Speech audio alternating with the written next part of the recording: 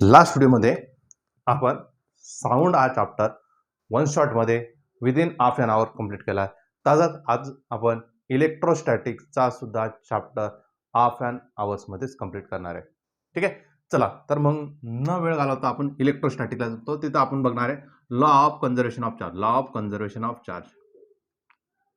Conservation of charge. ठीक आहे, काय असतं law of conservation charge? Charges neither be created. Charges neither be created nor destroyed. ठीक है, nor destroyed, but it can be displaced from one location to another location, one location to another location in an isolated system. In an isolated system. कोणतं system? तर isolated system. Charges remains constant. Charges remains constant. Charges remains कसे राहतील? Constant राहतील. Remains constant. ठीक आहे, remains constant. हे काय झालं तुमचं law of conservation of charge. आता आपण बघणार आहे कुलम्स लॉ. आता आपण बघणार आहोत Coulomb's law. Coulomb's law. Coulomb's law जर बघत असेल, कुलम्स लॉ काय म्हणतो? इलेक्ट्रोस्टॅटिक फोर्स बद्दल इथे चर्चा केली. Electrostatic force is directly proportional to the electrostatic force is directly proportional to the directly proportional to the product of their charges. This pen use करा. Product of their charges and inversely proportional to the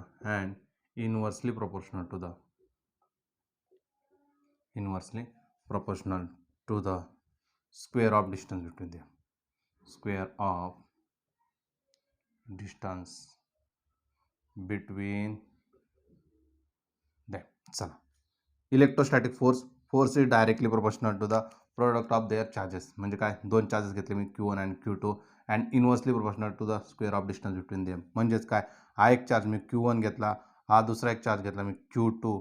यांच्यामध्ये जो काय force of attraction आहे आणि दोघं separate केले R इतक्या डिस्टन्सने, म्हणून फोर्स इज इक्वल टू काय? Q1 Q2 upon R square. मग डायरेक्टली प्रोपोर्शनल साईन काढून टाकलं, कॉन्स्टंट यूज केलं K. मग काय? Q1 Q2 upon R square. ठीक आहे, K ची व्हॅल्यू जी असते K is equal to 1 upon 4 pi epsilon 0. मग 1 अपॉन 4 पाय इप्सिलॉन 0ची व्हॅल्यू असते 9 × 10⁹. ठीक आहे, 9 × 10⁹. हे झालं त्याचं व्हॅल्यू. केची व्हॅल्यू किती आली? 9 × 10⁹. ठीक आहे, फोर्स हे कोणतं झालं? हा कोणता फॉर्म झाला? स्केलर फॉर्म झाला. हा कोणता फॉर्म झाला तुमचा? स्केलर फॉर्म झाला. ठीक आहे, स्केलर फॉर्म आहे इलेक्ट्रोस्टॅटिक फोर्स. काय असतो? Force is directly proportional to the Q1 Q2 upon R square. F is equal to काय? K. डायरेक्टली प्रोपोर्शनल साइन काढून टाकला, कॉन्स्टंट यूज केलं K Q1 Q2 upon R square. मग K is equal काय? 1 upon 4 pi epsilon 0, 9 × 10⁹. ठीक आहे, हे कोणता फॉर्म झाला तुमचा? Scalar form. आपण याच्यानंतर आपण बघणार आहे वेक्टर फॉर्म. चल, आता आपण काय बघणार? फोर्स इज इक्वल टू काय? फोर्स इज इक्वल काय भेटलं मला? फोर्स इज इक्वल काय भेटलेलं आहे? फोर्स इज इक्वल काय? Q1 Q2 upon R square. बरोबर की नाही? मला केचं युनिट काढायचं. केचं युनिट काढायचं म्हणजे काय करणार? FR square Q1 Q2. Unit काय येणार आहे? न्यूटन मीटर स्क्वेअर पर. चार्जचं युनिट काय असतं? Coulomb square. ठीक आहे, कुलम स्क्वेअर. आता आपण बघणार आहे वेक्टर फॉर्म. वेक्टर फॉर्ममध्ये एकदम सिंपल आहे. हा एक चार्ज आहे Q1 आणि दुसरा एक चार्ज आहे Q2. ठीक आहे, हा Q2 Q1 वर फोर्स एक्झर्ट करणार आहे. Q2 Q1 वर फोर्स कोणावर एक्झर्ट करतो? 1 वर. म्हणून काय म्हणतो मी? F12. कोणावर? 1 मुळे. 1 वर कोणामुळे? 2. ठीक आहे, F12 म्हणजे काय म्हणलं तुम्ही? F12 म्हणजे काय? Force on a charge Q1 due to Q2. तसं जर मी तुम्हाला F21 सांगितलं तर तुम्ही answer force on a charge Q2 due to Q1. ठीक आहे, तसंच मी तुम्हाला R12 जर म्हटलं, मग R12 म्हणजे काय? Distance from Q1 to Q2.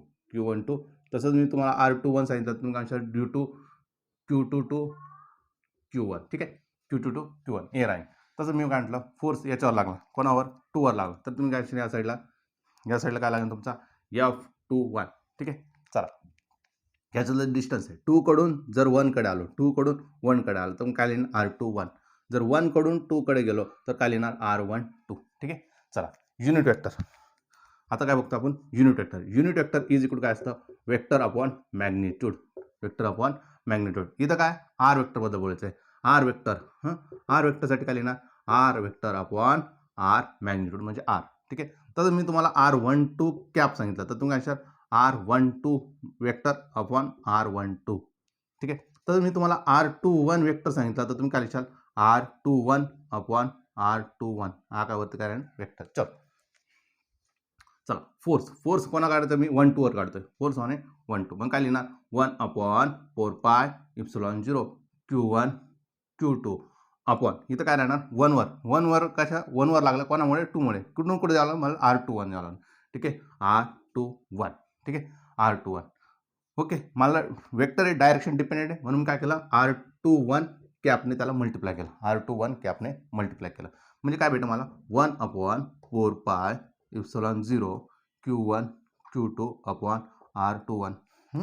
R21 कॅपचं काय येणार आहे R21 upon R21 vector upon R21.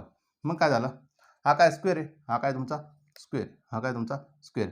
मग हा स्क्वेअर आणि हा काय झाला मग क्यूब झाला. 1 upon 4 pi epsilon 0 Q1 Q2 upon R21 चा काय करणार तुम्ही क्यूब करणार आणि काय लिहिणार R21 वेक्टर.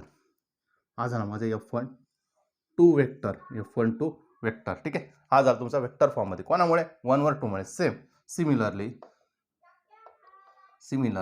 सिमिलरली तुम्ही काय लिहू शकता F21 लिहू शकतात. सिमिलरली काय लिहू शकतात F21. त्यासाठी काय लिहिणार 1 upon 4 pi epsilon 0 Q1 Q2 as it राहीन, Q1 Q2 ॲज इट राहीन, पण कोणामुळे 2 वर 1 मुळे, 2 वर 1 मुळे म्हणजे कुठून जायचं मला इकडून इकडं म्हणजे काय राहणार R12. काय येणार तुमचा R12 चा ब्रॅकेट स्क्वेअर येणार आहे. इथं काय आलं ब्रॅकेट क्यूब, ठीक आहे. आणि इथं काय लिहिणार तुम्ही R12 वेक्टर. हे झालं तुमचं F21.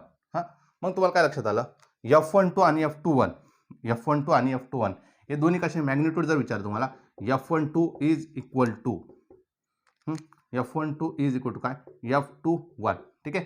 पण जर मी डायरेक्शन जर विचारले काय मॅग्निट्यूड आहे, काय तुमचं मॅग्निट्यूड आहे, ठीक आहे. डायरेक्शन जर विचारलं, डायरेक्शन कसं एकमेकांच्या अपोजिट आहे आणि अपोजिट दाखवण्यासाठी आपण काय यूज करतो F12 इज इक्वल काय मायनस F21, ठीक आहे. हे झालं तुमचा वेक्टर फॉर्म, चला आपण बघितलं वेक्टर. आता काय बघितलं आपण वेक्टर फॉर्म बघितला. काय आलं तर F इज इक्वल काय 1 upon 4 pi epsilon 0 Q1 Q2 upon R square, ठीक आहे. आता आपण बघणार आहे 1 कुलमचं डेफिनेशन. 1 कुलम म्हणजे काय, when two charges are separated by दोन चार्जेस आहे सेपरेटेड बाय 1 मीटर. किती सेपरेट केलं त्याला 1 metre. Then that charges are experienced by force of 9 into 10⁻⁹. हा जो 1/4 पाय इप्सिलॉन 0 ची व्हॅल्यू किती असते 9 into 10⁻⁹. किती असतं 9 into 10⁹ newton. Then is called as 1 coulomb. Then that charge have 1 coulomb. ठीक आहे. नंतर आपण बघणार आहे परमिटिव्हिटी. लक्षात असू द्या परमिटिव्हिटी कशी दाखवतो याने. हे काय तुमचं इप्सिलॉन, काय असतं permittivity. It is the ability of a material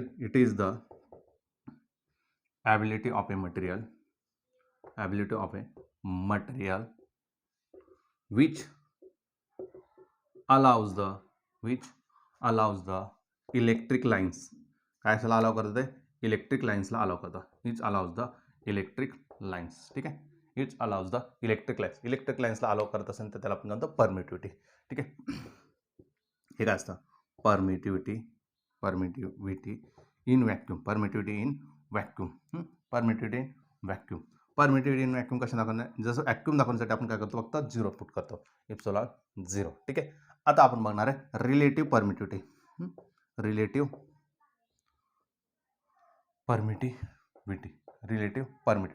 permittivity जे आहे ते इप्सिलॉन आरने दाखवलं जाईल. इप्सिलॉन आरने दाखवलं जाईल. मग काय असतं इप्सिलॉन आर म्हणजेच केने पण दाखवला जातो. तो काय असतो epsilon upon epsilon 0. Epsilon upon epsilon 0. मग तुम्ही काय म्हणणार it is the ratio of epsilon म्हणजे काय permittivity in medium. Permittivity in medium.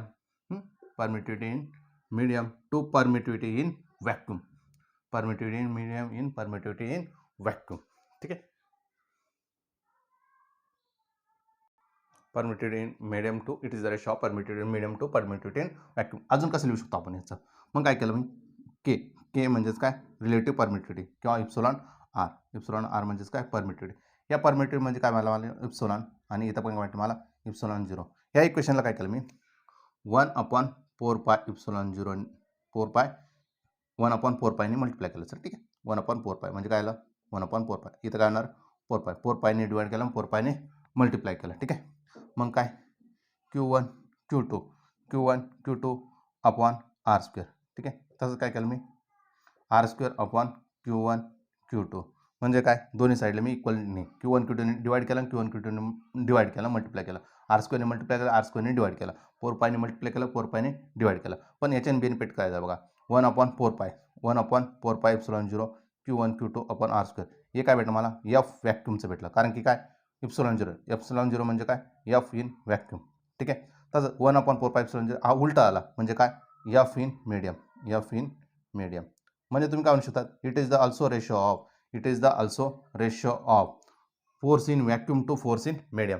मग युनिट काय येणार याचं युनिट काय येणार आहे, याचं युनिट बनणार आहे तुमचं युनिटलेस. याचं युनिट काय बनणार आहे युनिटलेस. याचं युनिट काय बनणार आहे युनिटलेस क्वांटिटी बनणार आहे. ठीक आहे, याचं युनिट काय बनणार आहे युनिटलेस क्वांटिटी बनणार आहे. ठीक आहे, आतापर्यंत 12.5 मिनिटाचा व्हिडिओ बनला. आता आपण बघणार आहे सुपरपोजिशन प्रिन्सिपल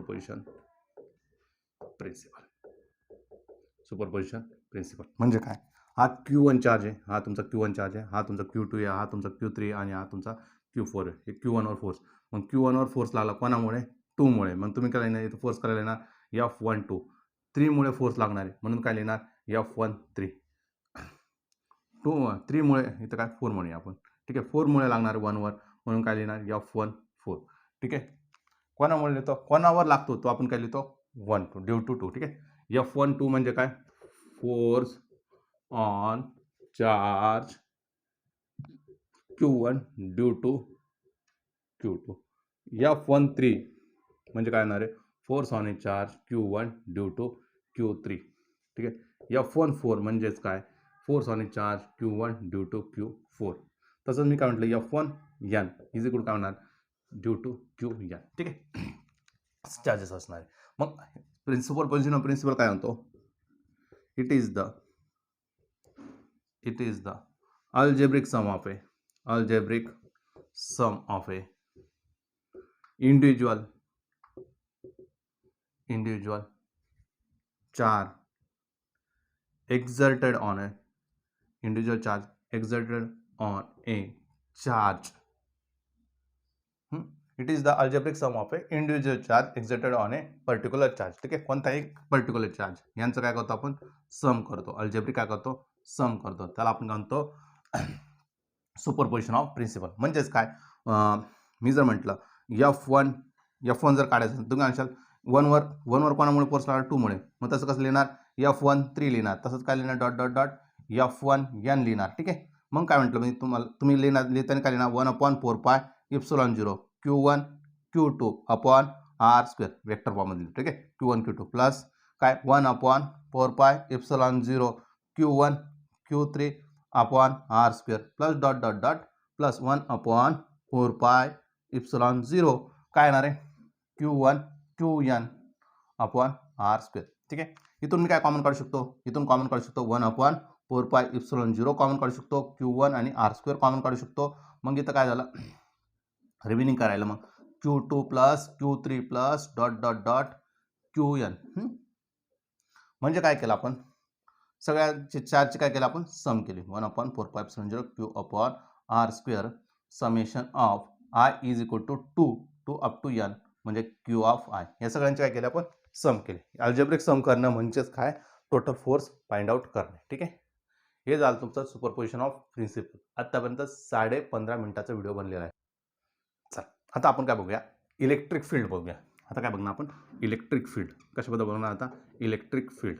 ठीक आहे, इलेक्ट्रिक फील्ड म्हणजे काय, surrounding of a charge, surrounding of a charge experiences a force, experiences a force, experiences of force. त्याच्यावर काय एक्सपिरियन्स होणार आहे, फोर्स एक्सपिरियन्स होणार आहे, त्याला आपण म्हणतो इलेक्ट्रिक फील्ड. आणि आता बघूया आपण electric field intensity, electric field intensity. Electric field intensity म्हणजे काय, electrostatic force exerted per unit, electrostatic force exerted पर युनिट पॉझिटिव्ह चार्ज, पर युनिट पॉझिटिव्ह चार्ज. ठीक आहे, लक्षात असू द्या, पर युनिट पॉझिटिव्ह चार्ज कशा दाखवतो आपण, Q0 ने. हां, मग आपलं काय सांगितलं त्यांनी, इलेक्ट्रिक फील्ड इंटेन्सिटी कशी दाखवतो, ई ने, आणि ती वेक्टर क्वांटिटी म्हणून ई बार म्हणजे काय येणार आहे 1/4πε0. कारण की काय सांगितलं तुम्हाला, force per unit positive charge सांगितलं, बरोबर की नाही. मग आता फोर्स कोणता, एक पर युनिट पॉझिटिव्ह चार्ज म्हणजे काय 1/4πε0 Q1 आणि दुसरा घेणार Q0/R² अपॉन Q0. ठीक आहे, हा Q0 गेट कॅन्सल म्हणजे काय भेटलं मला 1/4πε0 Q1/R². हे काय भेटलं मला, इलेक्ट्रिक फील्ड इंटेन्सिटी. मग इलेक्ट्रिक फील्ड इंटेन्सिटीचं युनिट काय असणार आहे, force per unit positive charge. फोर्सचं युनिट काय असणार आहे, न्यूटन. चार्जचं युनिट काय असणार आहे, कुलम. और दुसरं एक असणार आहे वोल्ट पर मीटर. हे कुठून आलेलं असतं, ई इज इक्वल काय असतं, V/D. ई इज इक्वल काय असतं, V/D. व्ही म्हणजे काय, व्होल्टेज, आणि व्होल्टेजचं युनिट काय असतं, व्होल्ट, आणि डिस्टन्सचं युनिट असतं मीटर, म्हणून वोल्ट पर मीटर. ठीक आहे, हे झालं इलेक्ट्रिक फील्ड इंटेन्सिटी बद्दल चर्चा. आता types of electric field intensity. ठीक आहे, हां, एक्सप्रेशन बघूया आपण, याचं काय बघूया आता, एक्सप्रेशन बघूया इलेक्ट्रिक फील्ड इंटेन्सिटीचा. ठीक आहे, एक्सप्रेशन ऑलरेडी झालेलं आहे आपले इलेक्ट्रिक फील्ड इंटेन्सिटीचं एक्सप्रेशन. ठीक आहे, आता आपण बघूया, एक्सप्रेशन झालेलं आहे. आता आपण टाइप्स बघूया. आता काय बघूया आपण, types of electric field intensity. पहिला आहे युनिफॉर्म इलेक्ट्रिक फील्ड इंटेन्सिटी. ठीक आहे, युनिफॉर्म इलेक्ट्रिक फील्ड. हां, युनिफॉर्म इलेक्ट्रिक फील्ड. नंतर बघूया आपण नॉन युनिफॉर्म इलेक्ट्रिक फील्ड. नंतर बघूया आपण नॉन युनिफॉर्म इलेक्ट्रिक फील्ड. नंतर बघूया रॅडियल इलेक्ट्रिक फील्ड. ठीक आहे, रॅडियल इलेक्ट्रिक फील्ड. चल, युनिफॉर्म इलेक्ट्रिक फील्ड म्हणजे काय, इलेक्ट्रिक फील्ड जे इलेक्ट्रिक लाईन्स जे आहेत ते इलेक्ट्रिक लाईन्स कशा असतील, पॅरलल असतील आणि इक्वल मॅग्निट्यूड असतील. ठीक आहे, electric lines direction and magnitude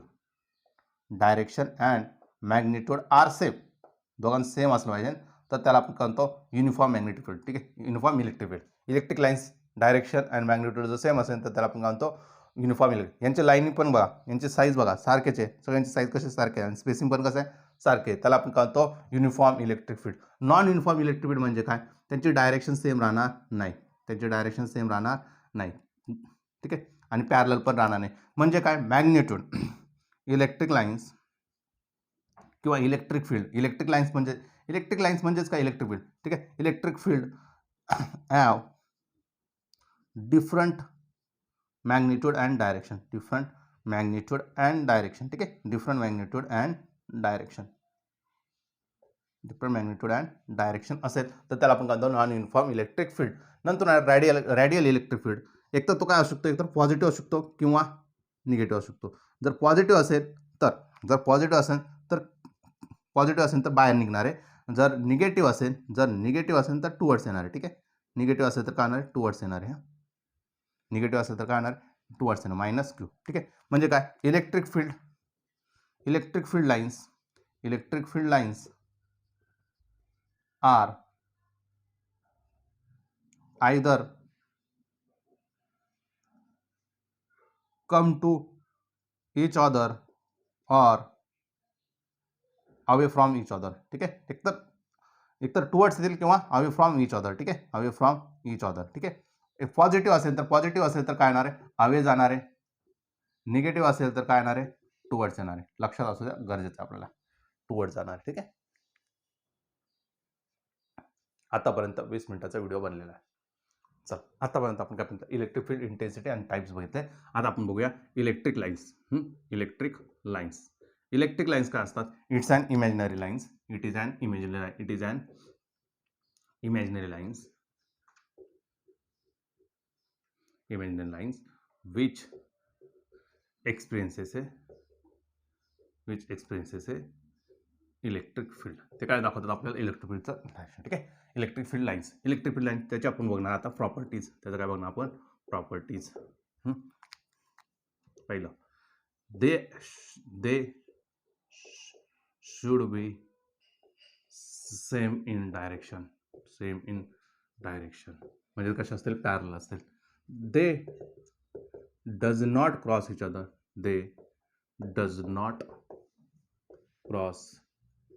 other.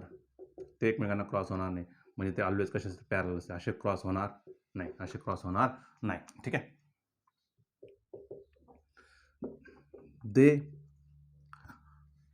They are crossing area.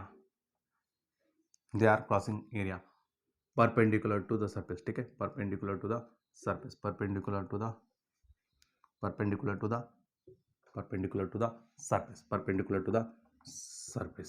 ठीक आहे. perpendicular to the surface. तिसरा. चौथा, इलेक्ट्रिक लाईन्स आर क्राउडेड, ठीक आहे. क्राउडेड असेल, जसं की हे दोन लाईनी, आता भरपूर स्पेस आहे, पण ह्या दोन लाईनीच्या बिटवीन खूप सारे क्राउडेड झालं, म्हणजे तिथं काय होणार, इलेक्ट्रिक फील्ड इज मोर. नंतर पाचवं, electric lines are less crowded, म्हणजे क्राउडेड राहणार नाही. तेव्हा electric field is less. So, if positive charge, जर पॉझिटिव्ह चार्ज असेल तर electric lines away. Electric lines कशा असतील तुमचे, अवे जातील, झालेले already. Electric lines are away. Electric lines काय जातील, बाहेर जातील. जर सातवा, इफ निगेटिव्ह चार्ज असेल तर इलेक्ट्रिक लाईन्स काय असतील, टुवर्ड्स येतील, ठीक आहे. इलेक्ट्रिक लाईन्स काय येतील, टुवर्ड्स येतील. अजून आठवा, inside the body electric field will be zero. Electric field किती असतं, झिरो असतं. Electric field will be zero, ठीक आहे. अजून सांगता येईल आपल्याला. इलेक्ट्रिक फील्ड इज काय असतं, फ्लक्स पर युनिट एरिया, ठीक आहे. फ्लक्स पर युनिट एरिया म्हणजे ds यूज करतात, ठीक आहे. ds. आणि इलेक्ट्रिक लाईन्स किंवा इलेक्ट्रिक फ्लक्स, यालाच लाईन्सलाच काय म्हणतो आपण, फ्लक्स. आणि इलेक्ट्रिक फ्लक्स कसे टाकतो, फायने, ठीक आहे. d∅/, ठीक आहे. मग फ्लक्स इज इक्वल काय, d∅ इज इक्वल काय, E इंटू ds, ठीक आहे. E into ds. मग d∅ इज इक्वल काय लिहितो आपण, E ds cos θ. हे पुढच्या वर्षी लागणार आपल्याला equation, E ds cos θ. d∅ is equal काय, E ds cos θ. फ्लक्सचं युनिट काय असतं, फ्लक्सचं युनिट काय असतं, वेबर. लक्षात असू द्या, फ्लक्सचं युनिट काय असतं, वेबर. इलेक्ट्रिक फील्डचं युनिट काय असतं, न्यूटन पर कुलम. dsचं युनिट काय असतं, मीटर स्क्वेअर, ठीक आहे. Newton metre square per coulomb म्हणजेच काय, वेबर. आतापर्यंत 24 मिनिटाचा व्हिडिओ बनलेला आहे. चला, आता आपण बघूया चार्ज डिस्ट्रीब्युशन, ठीक आहे. चार्ज डिस्ट्रीब्युशन दोन प्रकारे असणार आहे, uniform charge distribution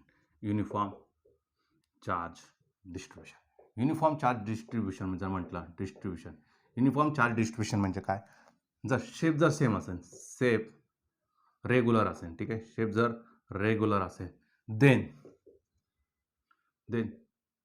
charges are equally distributed, ठीक आहे. इक्वली डिस्ट्रीब्युटेड असतील, ठीक आहे. इक्वली डिस्ट्रीब्युटेड असतील. मग जर मी तुम्हाला भेटलं नॉन युनिफॉर्म चार्ज डिस्ट्रीब्युशन,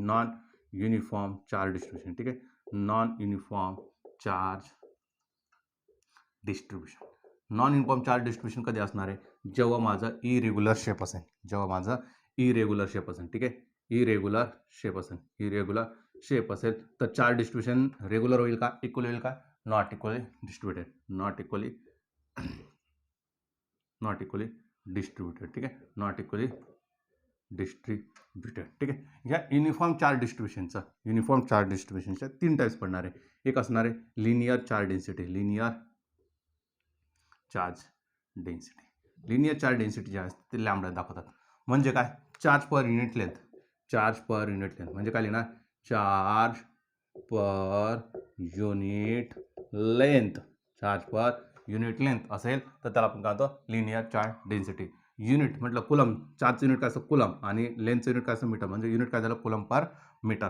नंतर आहे लिनियर चार्ज डेन्सिटी, नंतर आहे areal charge density. Areal charge density, areal charge density कशी दाखवतो, सिग्माने. हे काय तुमचं सिग्मा, हे काय तुमचं सिग्मा, हे काय तुमचं लॅम्बडा. ठीक आहे, हे काय लॅम्बडा म्हणजे काय, charge per unit area, charge per unit area. मग काय लिहिणार तुम्ही, charge per unit area, charge per unit area म्हणजेच काय, coulomb per metre square, coulomb per metre square. हे झालं एरियल चार्ज डेन्सिटी. नंतर आहे volume charge density, volume charge density. Volume charge density म्हणजे काय, रो. व्हॉल्यूम चार्ज डेन्सिटी म्हणजेच काय, रो. रो म्हणजे काय, charge per unit volume, charge per unit volume म्हणजे काय लिहिणार, charge per unit volume. Charge per unit volume म्हणजे काय, coulomb per metre cube. चार्जचं unit काय असणार कुलम आणि व्हॉल्यूमचं युनिट काय असणार मीटर क्यूब. ठीक आहे. हां, अजून इथं काय होऊ शकतं, इथं हे जर मी लेंथ ऑफ द कंडक्टर घेतला, असा लेंथ ऑफ द चार्ज असे कंडक्टर असेल. ठीक आहे, जर मी असं सर्क्युलर स्पेरिकल बॉडी घेतली, ऑल स्पेरिकल बॉडी, तर तुमचं काय येणार आहे, असं स्पेरिकल बॉडीच्या वरती येणार चार्ज डिस्ट्रीब्युशन. ठीक आहे, मग तेव्हा काय येणार आहे, charge per unit circumference 2πr, याच्या ऐवजी काय येणार आहे 2πr. इथं काय असणार आहे, एखादी अशी बॉडी घेतली, हे बॉडीवर सगळे चार्जेस आहे. ठीक आहे, हे सगळे बॉडी चार्जेस. व्हॉल्यूम म्हणजे काय, असं व्हॉल्यूम असणार आहे, या व्हॉल्यूमवर सगळे चार्ज अशा प्रकारे डिस्ट्रीब्युटेड आहे. ठीक आहे,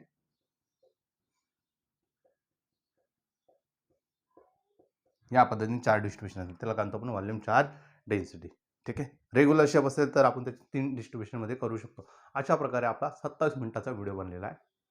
ठीक आहे, एकदम सिम्पल वेने सांगितलेलं आहे आणि जेवढं शक्य आहे तेवढं मी कमी याच्यात तुम्हाला समजून सांगण्याचा मी प्रयत्न करतो आहे. वन शॉट व्हिडिओ बनवून त्याला कमीत कमी अर्ध्या तासाच्या आत कसं वाइंड अप करता येईल याचा मी विचारानेच व्हिडिओ बनवतो. थोडंसं काही पार्ट तुम्हाला रीड करावं लागेल, पण कन्सेप्ट तुमचे क्लिअर होतील 27 मिनिटात, 27 ते 28 मिनिटामध्ये. आता या 28 मिनिटाचा व्हिडिओ बनलेला आहे, तर जेवढं शक्य आहे तेवढं पूर्ण व्हिडिओ बघत चला आणि त्याचा बेनिफिट्स तुम्ही घ्या. ठीक आहे, चला बाय.